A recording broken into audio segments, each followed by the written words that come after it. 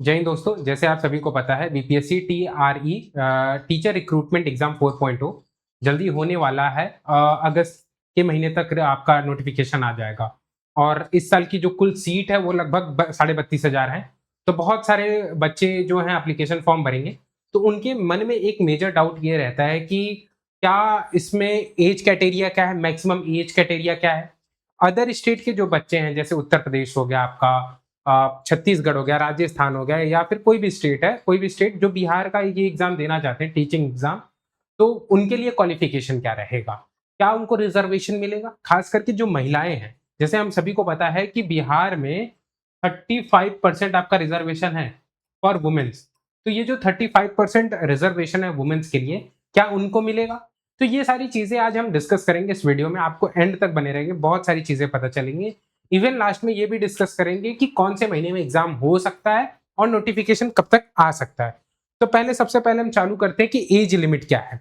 तो इसकी जो एज लिमिट है, मिनिमम जो एज रिक्वायर्ड है इसके लिए वो है 21 ईयर्स। तो मिनिमम जो एज रिक्वायर्ड है वो है 21 ईयर्स। उसके बाद एक सेकेंड, हाँ, तो मिनिमम जो एज रिक्वायर्ड है वो 21 ईयर है। अब मेन इंपॉर्टेंट चीज क्या था कि मैक्सिमम एज लिमिट क्या है चाहिए। तो maximum age limit general category में पुरुषों के लिए, मेंस के लिए वो चाहिए 37 ईयर्स, 37 वर्ष जो है वो एज लिमिट होनी चाहिए। अगर कोई जनरल कैटेगरी से है और पुरुष है तो उसकी एज लिमिट मैक्सिमम 37 ईयर होना चाहिए। मैक्सिमम एज लिमिट महिलाओं के लिए इन जनरल कैटेगरी कितना होना चाहिए, 40 ईयर्स, 40 वर्ष। ठीक है। ओबीसी और ईबीसी, ओबीसी और ईबीसी, महिला हो पुरुष हो चाहे महिला हो, दोनों की एज कितनी रिक्वायर्ड है, मैक्सिमम वो है 40 ईयर्स। मैक्सिमम एज कितनी होनी चाहिए, 40 साल। अगर आप 40 साल के हैं, ओबीसी कैटेगरी से हैं, ईबीसी कैटेगरी से हैं, तो आप ये एग्जाम आराम से दे सकते हैं। उसके बाद आते हैं एससी और एसटी पे। इसमें कितना चाहिए, इसमें चाहिए आपका 42 वर्ष, चाहे वो पुरुष हो चाहे वो महिला, दोनों के लिए। ठीक है। अब आते हैं सबसे मेन मोस्ट इंपॉर्टेंट थिंग। जैसे आप सभी को पता है कि बिहार में रिजर्वेशन जो हो महिलाओं को दी जाती है 35%। तो जो अदर स्टेट की महिला हैं जैसे यूपी हो गया, झारखंड हो गया, और छत्तीसगढ़ हो गया, या फिर राजस्थान हो गया, तो ये जो स्टेट की महिलाएं हैं इनको ये डाउट रहता है क्या ये जो रिजर्वेशन है ये हमको भी मिलेगा। तो यहां पे मैं क्लियर मेंशन कर देता हूं कि ये रिजर्वेशन आपके लिए नहीं है। ये रिजर्वेशन सिर्फ उनके लिए है जो बिहार की महिलाएं। साथ में जो अदर रिजर्वेशन मिलता है क्या सबके लिए, नहीं। सिर्फ वो रिजर्वेशन उनके लिए है जो बिहार से आते हैं। बिहार वालों को ही रिजर्वेशन मिलेगा, रिजर्वेशन किसी और को नहीं मिलेगा। ठीक है। अब ये हो गया क्लियर आपको कि रिजर्वेशन किसको मिलेगा किसको नहीं मिलेगा। अब हमारा दूसरी चीज आते हैं कि जब हम कौन कौन सी मार्कशीट चाहिए। अगर हम 1 से लेके 5 के क्लास तक के लिए टीचिंग के लिए एप्लीकेशन फॉर्म भर रहे हैं, तो हमारी क्वालिफिकेशन क्या होनी चाहिए।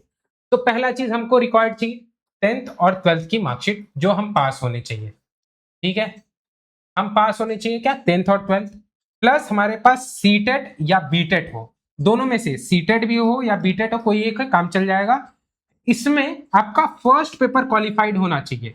पता चला आप क्वालिफाइड हैं और अपीयर हो रहे हैं, तो नहीं, आपका क्वालिफाइड होना चाहिए। फिर आपको क्या चाहिए, डीएलएड चाहिए। डीएलएड में आपको 2 वर्षों वाला चाहिए। बहुत लोगों को कंफ्यूजन ये होता है कि डीएलएड 18 महीने वाला चल जाएगा, नहीं। आपकी जो डिप्लोमा डिग्री होनी चाहिए वो 2 साल की होनी चाहिए, 2 वर्ष की होनी चाहिए। ठीक है। कितने वर्ष की होनी चाहिए, 2 वर्ष की होनी चाहिए। तो डिप्लोमा डिग्री आपकी 2 वर्ष की होनी चाहिए। किसके लिए, 1 से लेके 5 तक। अब एक चीज और आपको हाईलाइट करना चाहूंगा।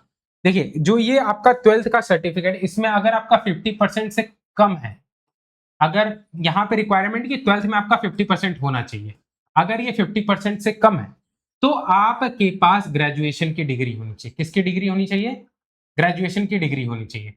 आपके पास किसकी डिग्री होनी चाहिए, ग्रेजुएशन की डिग्री होनी चाहिए, अगर आपका मार्क्स 50% से कम है।